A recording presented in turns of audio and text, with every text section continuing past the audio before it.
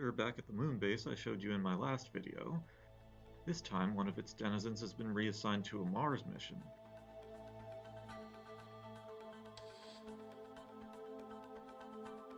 But the space elevator is out of order, so he'll just have to take this new space plane I built.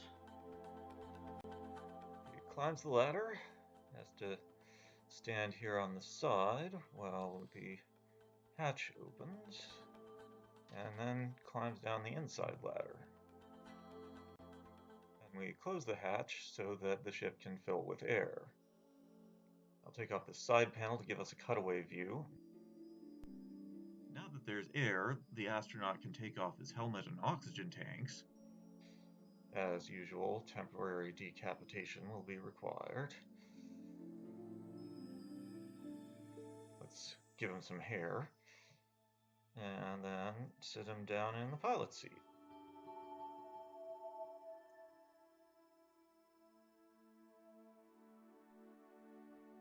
We'll go ahead and store his helmet and oxygen mask on these nifty little hooks.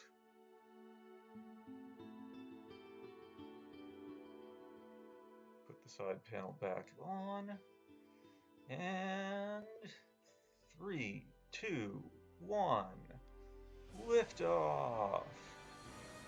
It rises up on its underjets, no air on the moon so you can't use a runway, then activates its main thrusters and soars up into the sky. Now at this point, if you think like I do, you probably have two questions. There's no way this guy is going all the way to Mars on his own in that dinky little space plane, so how is he getting there? And where did the windows on the moon truck go? The answer to both these questions is a new spinning spaceship model. As the center section rotates once every 5.5 seconds, crew members in the hammerhead-shaped outer modules get pushed against the floors by centrifugal force in a way that feels more or less like they're on Earth. Then, of course, there's the engine block with a big fuel tank and 4 powerful engines, and the cockpit up front. But you can't really play with the insides of the ship while it's spinning, so I built this stand so you can set it down safely. Then you can take off one of these walls to get a look inside.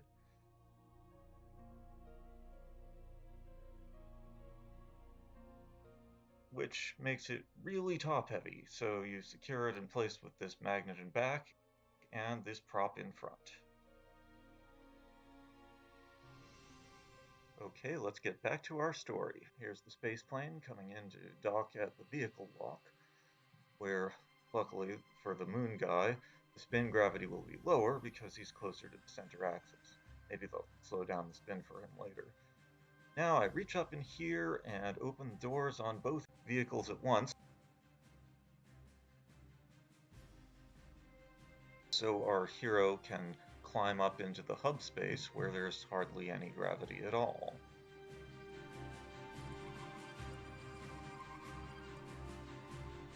He needs to go to the bathroom, so he floats over to this elevator and heads down to the bathroom bedroom module.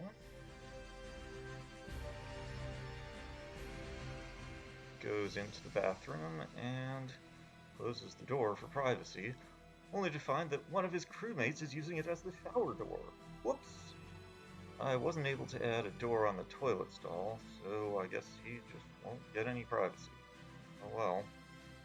While he's doing his business, we have some crew members getting into bed, even though it's early afternoon. The ship has a crew of 9, but only 3 bunks, so they take it in shifts.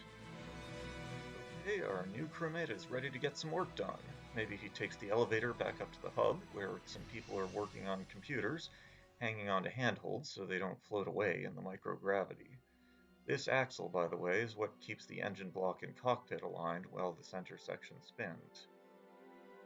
Later on, the guy from the moon base gets dinner down in the other module. From the hub, all directions are down. Here we have a kitchen with a sink, stove, a little pantry box, and a microwave. Meanwhile, next door, another crewmate is working on maybe the most important part of the ship, the closed ecological life support system that recycles the ship's air, water, and food. This is a tube coming in from the toilet and sink drains. Yeah, kind of gross. It goes into this little artificial wetland where plants and fish clean the water up until it's safe to drink again. Best not to think about the details. You can barely see the fish through the glass, so I took it out to give you a closer look. Meanwhile, some other plants are growing food to supplement the stores in that tiny pantry. Meanwhile, the pilot, who has just broken the ship out of lunar orbit and onto a Mars-bound trajectory, wants to go off-ship.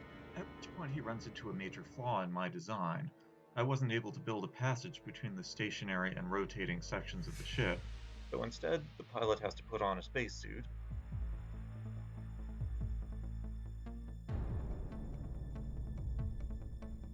which involves taking off his hair,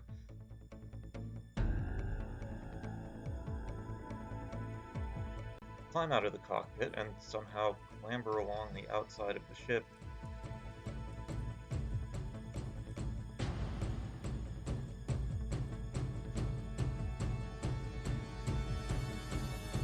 until he gets to the vehicle lock, which only has one door, so while he's going in, a bunch of air comes out into space. I didn't even build the lock door to be closable from the outside. The blue handle I added here would have completely broken our spaceplane's ability to dock.